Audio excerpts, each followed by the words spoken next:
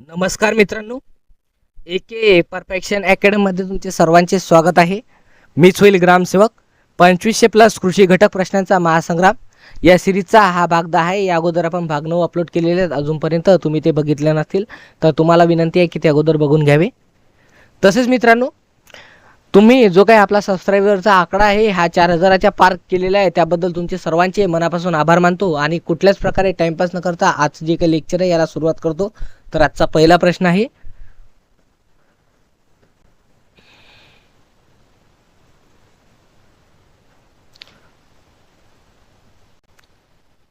कोणती आर्थिक मदत ही जागतिक व्यापार संघटनेच्या म्हणजेच शेतीविषयक कराराच्या ग्रीन बॉक्समध्ये येत असते. तर मित्रांनो, बघूया आपण कोणकोणत्या बाबी ह्या इन्क्लूड आहेत. तर मित्रांनो, पहिला आहे कृषीविषयक संशोधनासाठी आर्थिक सहाय्य. दुसरं अन्न सुरक्षिततेसाठी आर्थिक सहाय्य. तसेच शेतीतील रोग नियंत्रणासाठी आर्थिक सहाय्य. सर्व बाबींचा जो काही समावेश आहे मित्रांनो, हा ग्रीन बॉक्स या करारामध्ये जो काही शेतीविषयक करार होता मित्रांनो यामध्ये करण्यात आलेला आहे. लक्षात असू द्या, अतिशय महत्त्वपूर्ण प्रश्न आहे. तसे मित्रांनो, जागतिक जे काही व्यापार संघटना आहे याचे जे काही मुख्यालय हे कुठे आहे याचे उत्तर तुम्हाला कमेंट बॉक्समध्ये द्यायचे आहे. तसे मित्रांनो, यानंतरचा प्रश्न आहे, महाराष्ट्र शासनाने छत्रपती शिवाजी महाराज शेतकरी सन्मान योजना कधी सुरू केली? तर त्याचे उत्तर आहे जून 2017 पासून. अतिशय महत्त्वपूर्ण प्रश्न मित्रांनो, लक्षात असलं पाहिजे तुमच्या. तसेच पेरूची फळे जेली करण्यायोग्य असतात, कारण पेरूच्या फळांत पेक्टिन भरपूर प्रमाणात असते, म्हणून पेरूच्या फळात मित्रांनो जेली करण्यायोग्य असतात. लक्षात असू द्या, अतिशय महत्त्वपूर्ण प्रश्न आहे. तसेच भारत सरकारने 2019 मध्ये बियाणे विधेयक 2019 सादर केले. या विधेयकांची वैशिष्ट्य कोणकोणती होती? लक्षात असू द्या. एक म्हणजे पर्यावरण संरक्षण अधिनियम 1986 अंतर्गत परवानगी घेतल्याशिवाय जनुकीय बदल घडविलेले बियाणे प्रचलित करता येणार नाहीत. तसेच यानंतरचा आहे, बियाण्यांची जे काही आयात निर्यात आहे या करण्यासाठी नियमावली असणार. तसेच बियाणे प्रक्रियांसाठी राज्य सरकारकडे नोंदणी करणे आवश्यक आहे. मित्रांनो, या सर्व बाबींचा जो काही समावेश आहे हा करण्यात आलेला आहे. लक्षात असू द्या, अतिशय महत्त्वपूर्ण प्रश्न आहे. तसे मित्रांनो, 2 ते 3 वेळा जर हा प्रश्न तुम्ही वाचला तर हा प्रश्न तुमच्या लक्षात कायमस्वरूपी राहील. तसेच मिशन 2022 आगामी 5 वर्षात भारतीय शेतकऱ्यांचे उत्पन्न दुप्पट करणे यासाठी प्रधानमंत्री यांनी खालील धोरण निश्चित केले आहे. यातील योग्य पर्यायाची निवड करा. तर मित्रांनो, बघूया आपण काय आहे ते धोरणे. एक म्हणजे जलसंधारणासाठी मोठी अर्थसंकल्पीय तरतूद करून जलसंधारणावर लक्ष केंद्रित करणे. एक म्हणजे जलसंधारणासाठी मोठी अर्थसंकल्पीय तरतूद करून जलसंधारणावर लक्ष केंद्रित करणे आणि प्रत्येक थेंब जास्त पीक यासाठी प्रयत्न करणे. लक्षात असू द्या.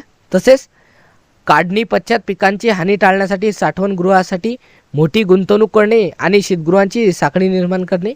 तसेच परवडणाऱ्या खर्चात शेती क्षेत्रातील जो काही धोका आहे हा कमी करण्यासाठी नवीन पीक विमा योजना सुरू करणे. तसेच गुणवत्तापूर्ण बियाण्यांची तरतूद करणे. मित्रांनो, या सर्व बाबींचा जो काही समावेश आहे हा कशामध्ये करण्यात येतो? तर लक्षात ठेवायचं आहे तुम्हाला, प्रधानमंत्री जे काही यांनी मिशन 2022 ठरवले होतं त्याच्यामध्ये करण्यात आलेलं आहे. मित्रांनो, जे काही शेतकऱ्यांचं उत्पन्न आहे हे दुप्पट करण्यासाठी. लक्षात असलं पाहिजे तुमच्या. मित्रांनो, हा प्रिव्हियस इयरमधील प्रश्न जशीचा तसा उचलला आहे, म्हणून तुम्हाला हा प्रश्न 2 ते 3 वेळा वाचायचा आहे, जेणेकरून तुमच्या कायमस्वरूपी लक्षात राहील. तसेच राष्ट्रीय सेंद्रिय शेती प्रकल्प योजनेची रिकामी जागा हे मुख्य उद्दिष्ट आहे. तर लक्षात असू द्या, कोणकोणती उद्दिष्टे हे राष्ट्रीय सेंद्रिय शेती प्रकल्प या योजनेशी संबंधित आहे. तर मित्रांनो, पहिला आहे सेवा पुरवणाऱ्यांच्या मार्फत क्षमता विकसित करणे. दुसरा आहे प्रशिक्षण आणि प्रात्यक्षिकांच्या माध्यमातून मानवी संसाधनांचा जो काही विकास आहे हा करणे. तसेच सेंद्रिय आदानांची गुणवत्तेवर नियंत्रण करणे. यानंतरचा प्रश्न बघूया आपण, भारतात वन शिक्षणाची सुरुवात कधीपासून झाली? तर 1872 मध्ये झालेली आहे मित्रांनो. तसेच पहिले वन महाविद्यालय डेहराडून येथे कार्यान्वित झाले. लक्षात असू द्या, अतिशय महत्त्वपूर्ण प्रश्न आहे.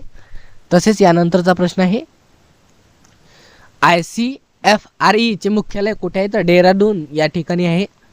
तसेच पहिले वन क्षेत्रपाल महाविद्यालय हे डेहराडून येथे आहे. लक्षात असू द्या, अतिशय महत्त्वपूर्ण प्रश्न आहे. तसेच शेतीवर अवलंबून असणारे उद्योग कोणत्या वर्गात मोडतात? तर मित्रांनो, साधन सामग्रीवर आधारित उद्योग या वर्गामध्ये शेतीवर अवलंबून असणारे जे काही उद्योग आहे हे मोडत असतात. लक्षात असू द्या. तसेच पुढे दिलेल्या बाबींमधील सेंद्रिय शेती पद्धतीशी संबंधित असलेल्या बाबी कोणत्या? तर मित्रांनो, हे सर्वच आहेत. एक म्हणजे गांडूळ खताचा वापर, तसेच पीक फेरपालट पद्धतीचा अवलंब, तसेच आंतरपीक पद्धतीचा अवलंब. मित्रांनो, हे सर्वच्या सर्व बाबी ह्या सेंद्रिय शेती पद्धतीशी संबंधित आहेत, लक्षात असू द्या. तसेच महाराष्ट्रात कोणत्या अन्नधान्याचे उत्पादन गरजेपेक्षा अधिक होते, तर त्याचे उत्तर आहे कडधान्य. मित्रांनो, जे काही कडधान्य आहे याचे जे काही या अन्नधान्याचे उत्पादन आहे हे महाराष्ट्रामध्ये गरजेपेक्षा अधिक प्रमाणात होत असताना दिसून येते, लक्षात असू द्या. तसेच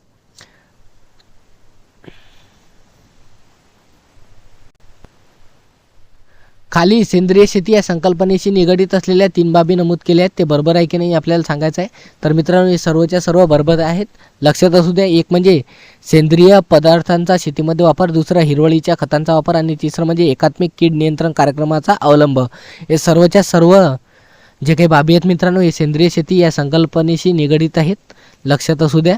तसेच विशेषत्वाने खालीलपैकी कोणत्या कारणामुळे भारतीय शेतीत जी काही कमी उत्पादकता दिसून येते, तर कशामुळे, तर खतांचा कमी वापर यामुळे दिसून येते, लक्षात असू द्या. तसेच सोयाबीन लागवडीमध्ये कोणती राज्य अग्रेसर आहेत, तर त्याचे उत्तर आहे मध्य प्रदेश. मित्रांनो, सोयाबीनच्या उत्पादनामध्ये आणि लागवडीमध्ये मध्य प्रदेश याचा जो काही क्रमांक आहे हा 1 लागत असतो, लक्षात असू द्या. तसेच कोचिनियल कीटकांचा वापर करून प्रिकली पियर या तणाचा नायनाट केला जातो, ही पद्धत कशाचे उदाहरण आहे, तर त्याचे उत्तर आहे जैविक पद्धत.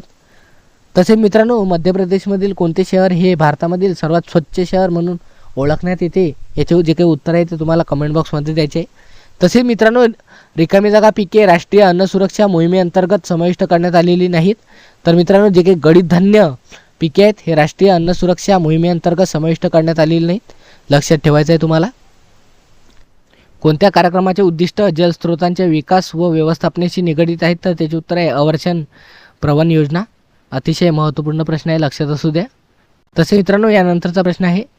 मित्रांनो, प्रश्न बघण्या अगोदर आपण जी काही ऑफर आहे ते लक्षात ठेवूया. मित्रांनो, फक्त 100 रुपयामध्ये सर्वच्या सर्व गोष्टी तुम्हाला स्क्रीनवरील दिसत आहे हे तुम्हाला 100 रुपयामध्ये मिळणार आहेत.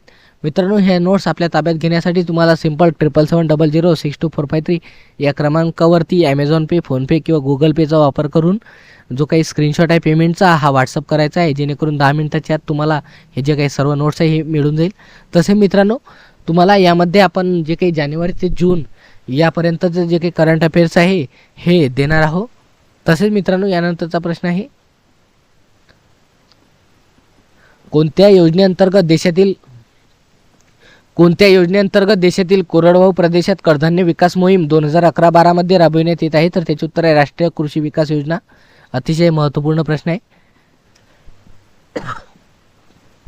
तसेच कृषी क्षेत्राशी संबंधित रिकामी जागापेक्षा जास्त वेबसाईट्स उपलब्ध आहेत, परंतु त्यापैकी फारच कमी प्रादेशिक भाषेमध्ये उपलब्ध आहेत.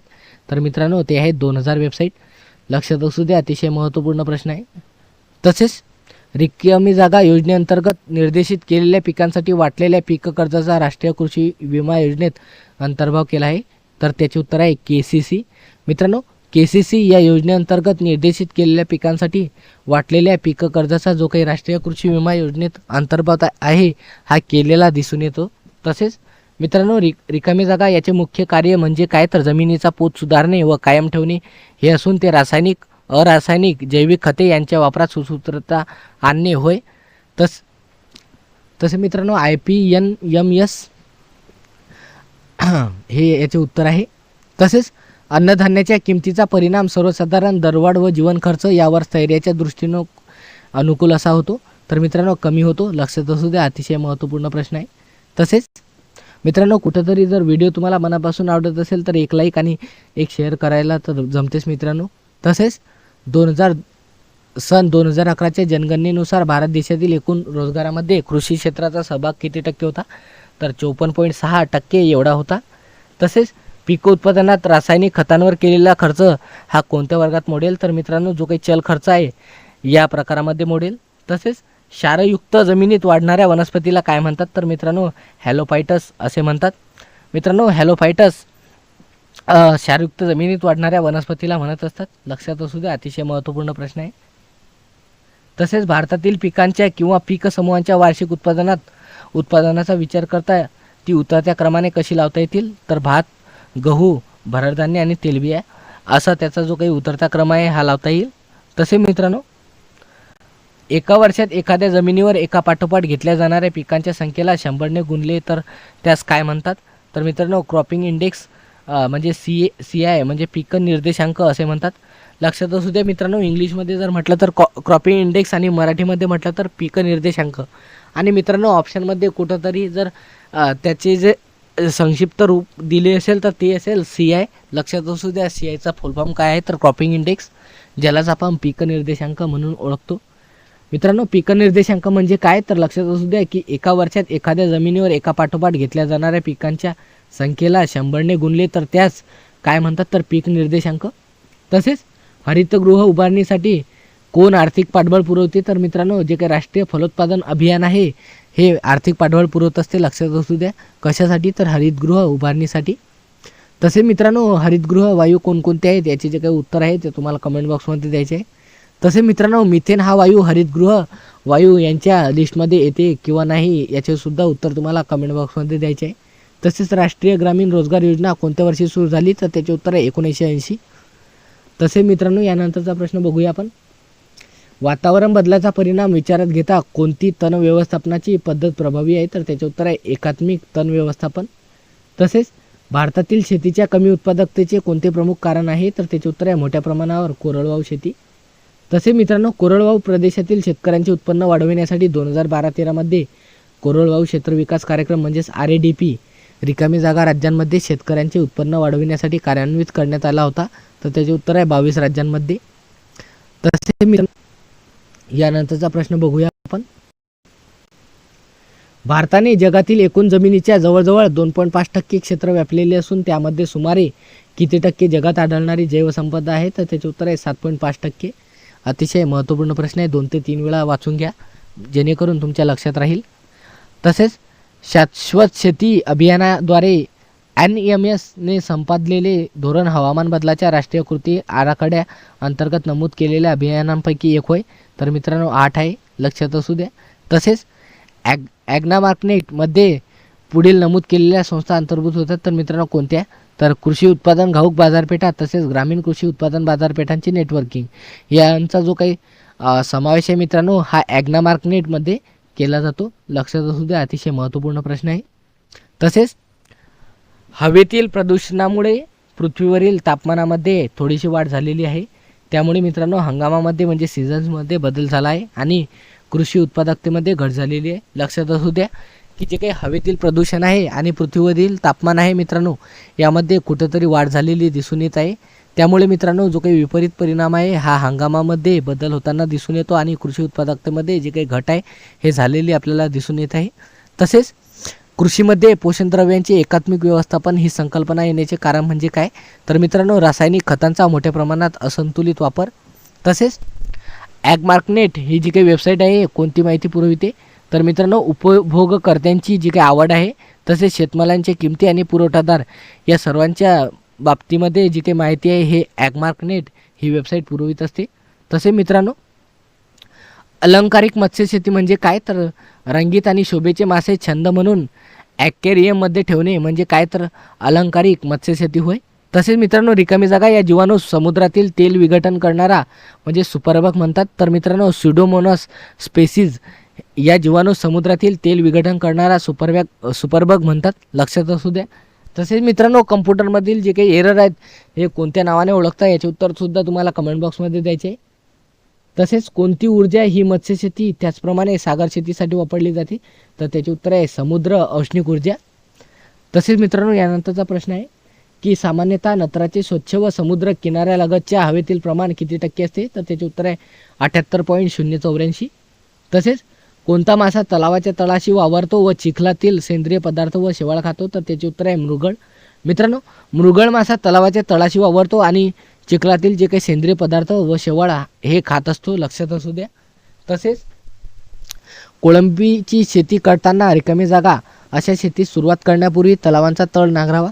लक्षात असू द्या मित्रांनो कोळंबीची शेती करताना शेती करण्या अगोदर मित्रांनो तलावाचा जो काही तळ आहे हा नांगरत असतात. लक्षात असू द्या. तसेच सागरी पाण्यातील प्रमुख मासा कोणता आहे तर त्याचे उत्तर आहे बांगडा. मित्रांनो बांगडा हा जो काही मासा आहे हा सागरी पाण्यातील प्रमुख मासा आहे. तसेच कोणता मासा ॲक्वेरियममध्ये ठेवण्यासाठी पसंत केला जातो? तर त्याचे उत्तर आहे सुवर्ण मासा, ज्यालाच आपण गोल्डफिश म्हणतो. मित्रांनो, गोल्डफिशला ॲक्वेरियममध्ये ठेवण्यासाठी पसंत केला जातो. मित्रांनो, ॲक्वेरियम कशासाठी असते? तर जे काही मासे आहे यांचे म्हणजे सौंदर्यीकरणाची जे काही प्रस्तुतीकरण आहे मित्रांनो, हे जे काही मासे आहे हे ॲक्वेरियममध्ये ठेवत असतात, लक्षात असू द्या. तसे मित्रांनो, महाराष्ट्राला दरवर्षी किती मत्स्यबीजांची आवश्यकता असते? तर त्याचे उत्तर आहे 50 कोटी. मित्रांनो, 50 कोटी मत्स्यबीजांची आवश्यकता हे महाराष्ट्राला दरवर्षी असते. तसेच 1 किलोग्रॅम वजनाच्या परिपक्व कार्प माशाच्या मादीमध्ये साधारणतः किती अंडी असतात? तर ते असतात 2 लाख ते 2,40,000. तसे मित्रांनो,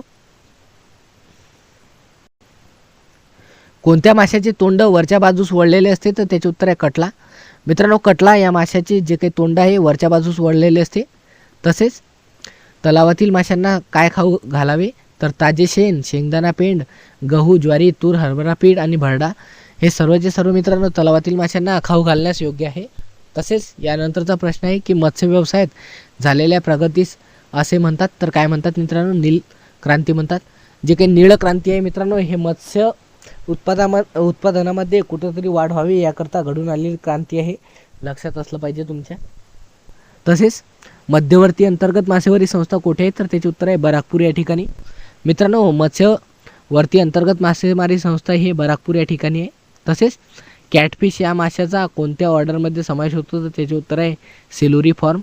मित्रांनो, हा प्रश्नसुद्धा खूप इम्पॉर्टंट आहे, मागच्या पेपरमध्ये रिपीट झालेला प्रश्न आहे. तसेच माशांपासून मिळणारे कॉड लिव्हर ऑइल खालीलपैकी कोणत्या जीवनसत्वाचा एक महत्त्वाचा स्रोत आहे? तर मित्रांनो, अ आणि ड हे जे काही जीवनसत्व आहे यांचा प्रमुख स्रोत कोणता आहे मित्रांनो? तर कॉड लिव्हर ऑइल आहे, लक्षात असू द्या. अतिशय महत्त्वपूर्ण प्रश्न आहे. तसे मित्रांनो, भात शेतीतील मत्स्य संवर्धनासाठी कोणते मासे वापरले जातात? तर एक आहे कटला, दुसरा आहे रोहू, मृगळ आणि कटला, लक्षात असू द्या मित्रांनो. अतिशय महत्त्वपूर्ण प्रश्न आहे. कोणकोणते आहेत? मृगळ आणि कटला आणि रोहू हे जे काही मासे आहे मित्रांनो, हे भात शेतीतील मत्स्य संवर्धनासाठी वापरतात. तसेच मालाचे उत्पादन करणाऱ्या कारखान्यामध्ये कोणता सिद्धांत वापरला जातो? तर त्याचे उत्तर आहे स्थिर पलाचा सिद्धांत. तसे मित्रांनो, यानंतरचा प्रश्न आहे, हे ग्रामीण भारताकरता सर्वात उत्तम प्रकारची शेती आहे. तर मित्रांनो, जी काही सहकारी तत्वावरील शेती आहे हे ग्रामीण भारताकरता सर्वोत्तम अशी या प्रकारची शेती आहे, लक्षात असू द्या. अतिशय महत्त्वपूर्ण प्रश्न आहे. तसेच शेतकऱ्यांसाठी कृषी बाजाराविषयक विस्तार सेवेत सुधारणा म्हणून तंत्रज्ञानाचा वापराची शिफारस आहे. तर मित्रांनो, माहिती. मित्रांनो, शेतकऱ्यांसाठी कृषी बाजार विषयक विस्तार सेवेत सुधारणा म्हणून माहिती तंत्रज्ञानाच्या वापराची जी काही शिफारस आहे हे केलेली आहे, लक्षात असू द्या. अतिशय महत्त्वपूर्ण प्रश्न आहे. तसे मित्रांनो, समोरील प्रश्न बघण्या अगोदर जे काही स्क्रीनवरती तुम्हाला नोट्स दिसत आहेत हे सर्व नोट्स तुम्हाला फक्त 100 रुपयामध्ये आपण प्रोव्हाइड करून देत आहे. मित्रांनो, कुठंतरी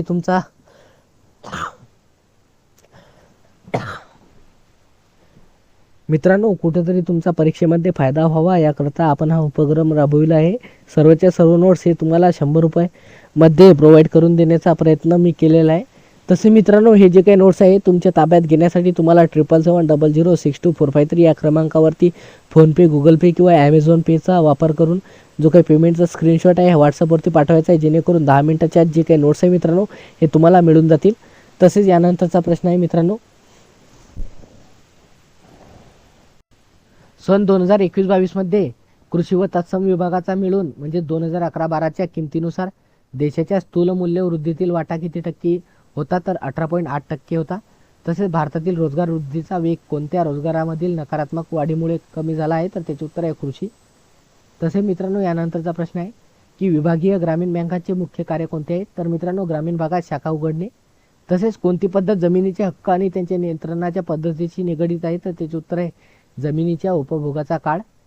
तसेच मित्रांनो, यानंतरचा प्रश्न आहे की कोणते कर्ज हे शेअर्स व रोखे यांच्या तारणावर दिले जाते? तर त्याचे उत्तर आहे मालमत्ता कर्ज. मित्रांनो, मालमत्ता कर्ज हे शेअर्स व रोखे यांच्या तारणावर दिले जाते.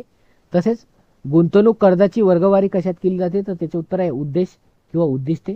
मित्रांनो, उद्देश किंवा उद्दिष्ट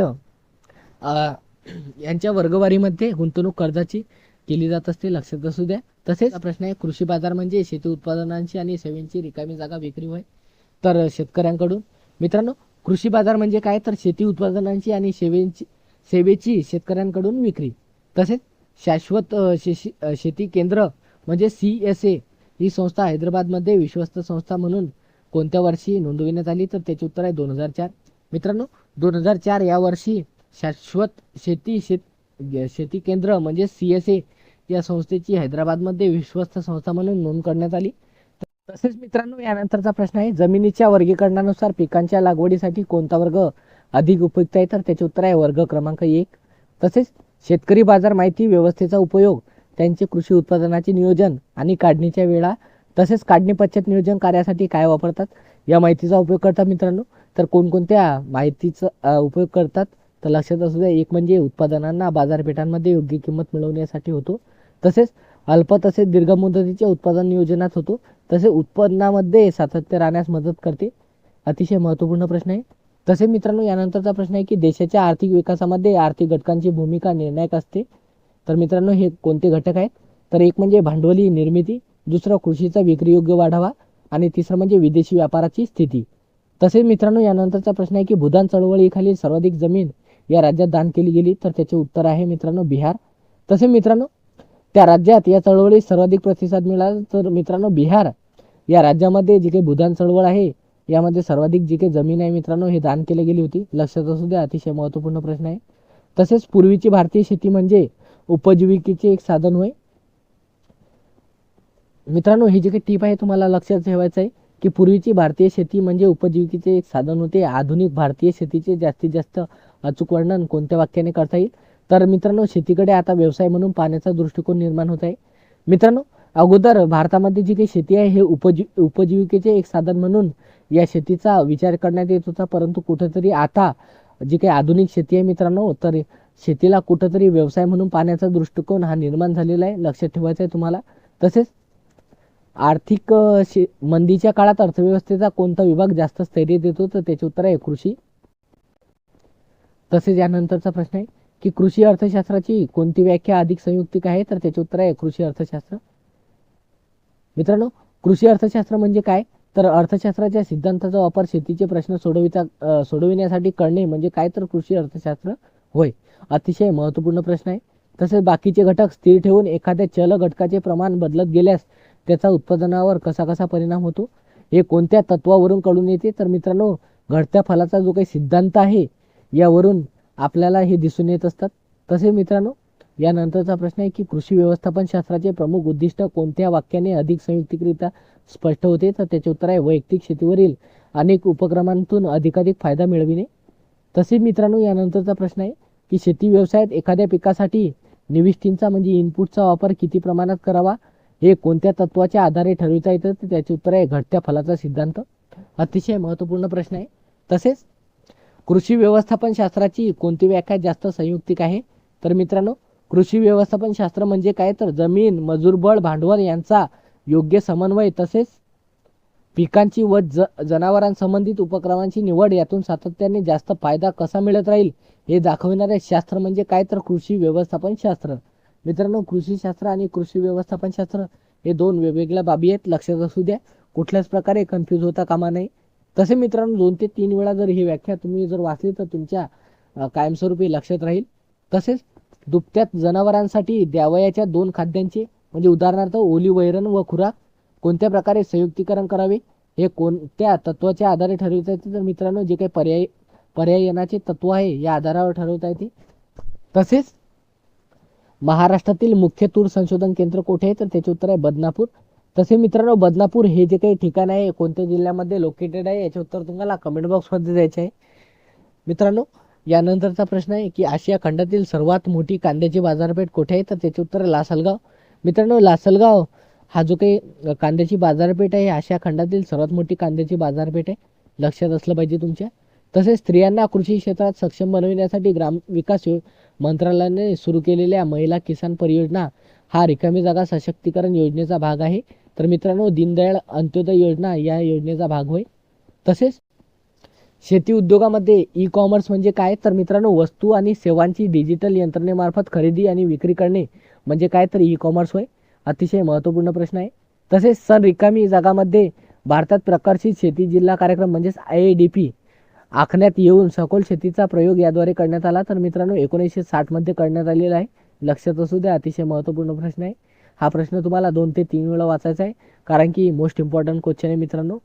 तसेच दूषित होणाऱ्या पाण्यापैकी कोणते पाणी मनुष्यात जास्त हानिकारक आहे?